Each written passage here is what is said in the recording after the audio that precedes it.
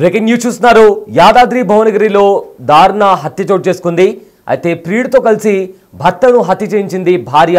భర్త బైక్ పైన వెళ్తున్న టైంలో కారుతో గుద్ది దాన్ని యాక్సిడెంట్గా చిత్రీకరించే ప్రయత్నం చేసింది.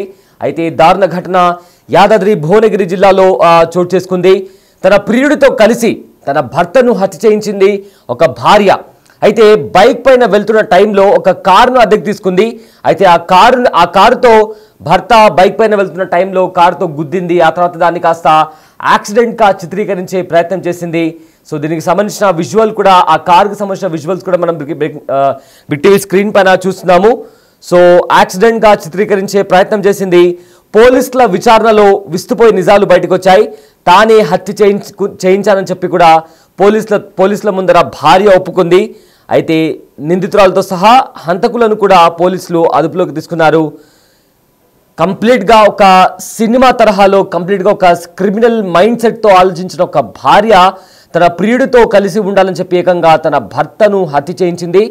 అయితే ముందు ఇదొక యాక్సిడెంట్ అనుకున్నారు.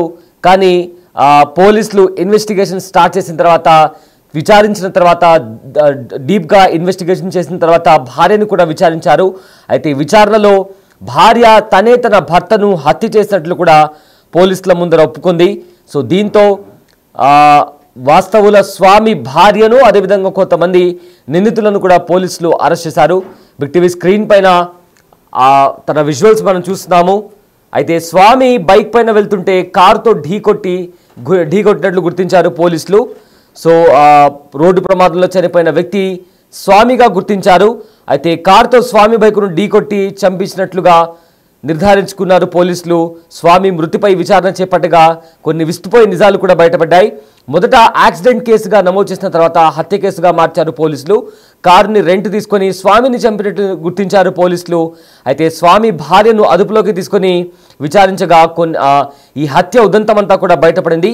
సో దీంతో స్వామి భార్యతో పాటు బామర్ది, అదేవిధంగా సుపారీ కిల్లర్ను కూడా అదుపులోకి తీసుకున్నారు పోలీసులు. రైట్, ఇదే అంశానికి సంబంధించిన పూర్తి డీటెయిల్స్ మా ప్రతినిధి రమేష్ అందిస్తారు. ఎస్ రమేష్, మరొక దారుణం చోటు చేసుకుంది. భర్తను భార్య అతి కిరాతకంగా చంపించింది. సో దీనికి సంబంధించిన అప్డేట్స్ ఏంటి రమేష్?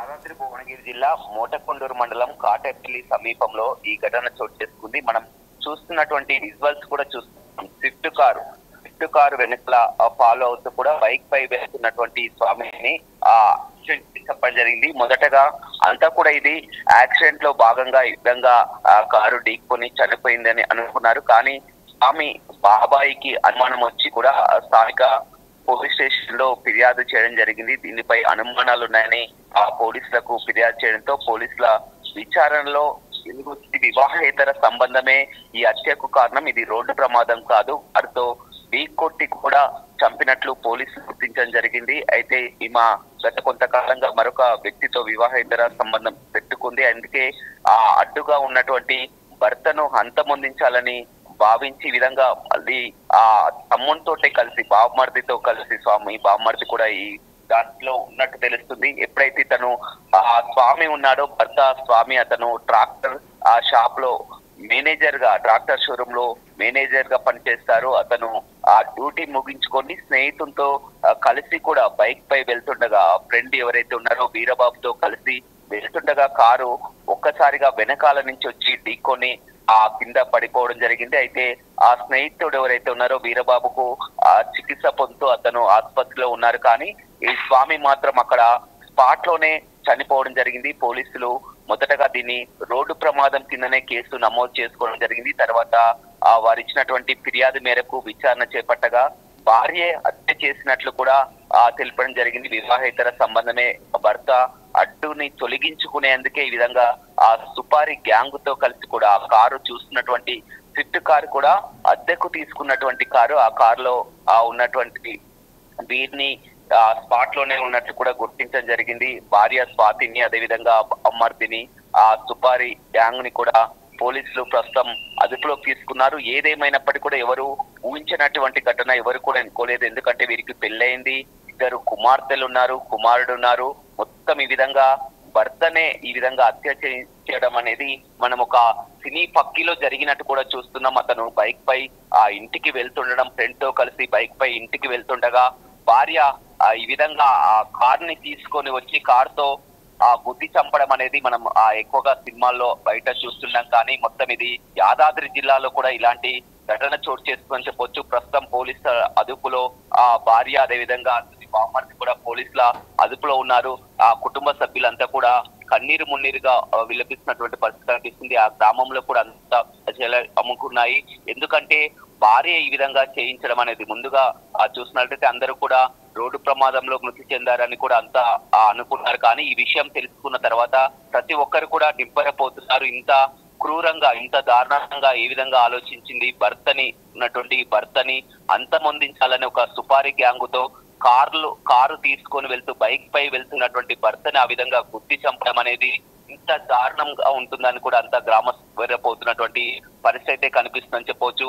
మొత్తం వీరికి 36 సంవత్సరాలు, స్వామికి 36 సంవత్సరాలు ట్రాక్టర్ షోరూమ్ లో మేనేజర్ గా పనిచేస్తూ ఉంటాడు. ప్రతి నిత్యం కూడా వెళ్లి వస్తూ ఉంటారు. ఇతనికి 2 కుమార్తెలు, కుమారుడు కూడా ఉన్నారు.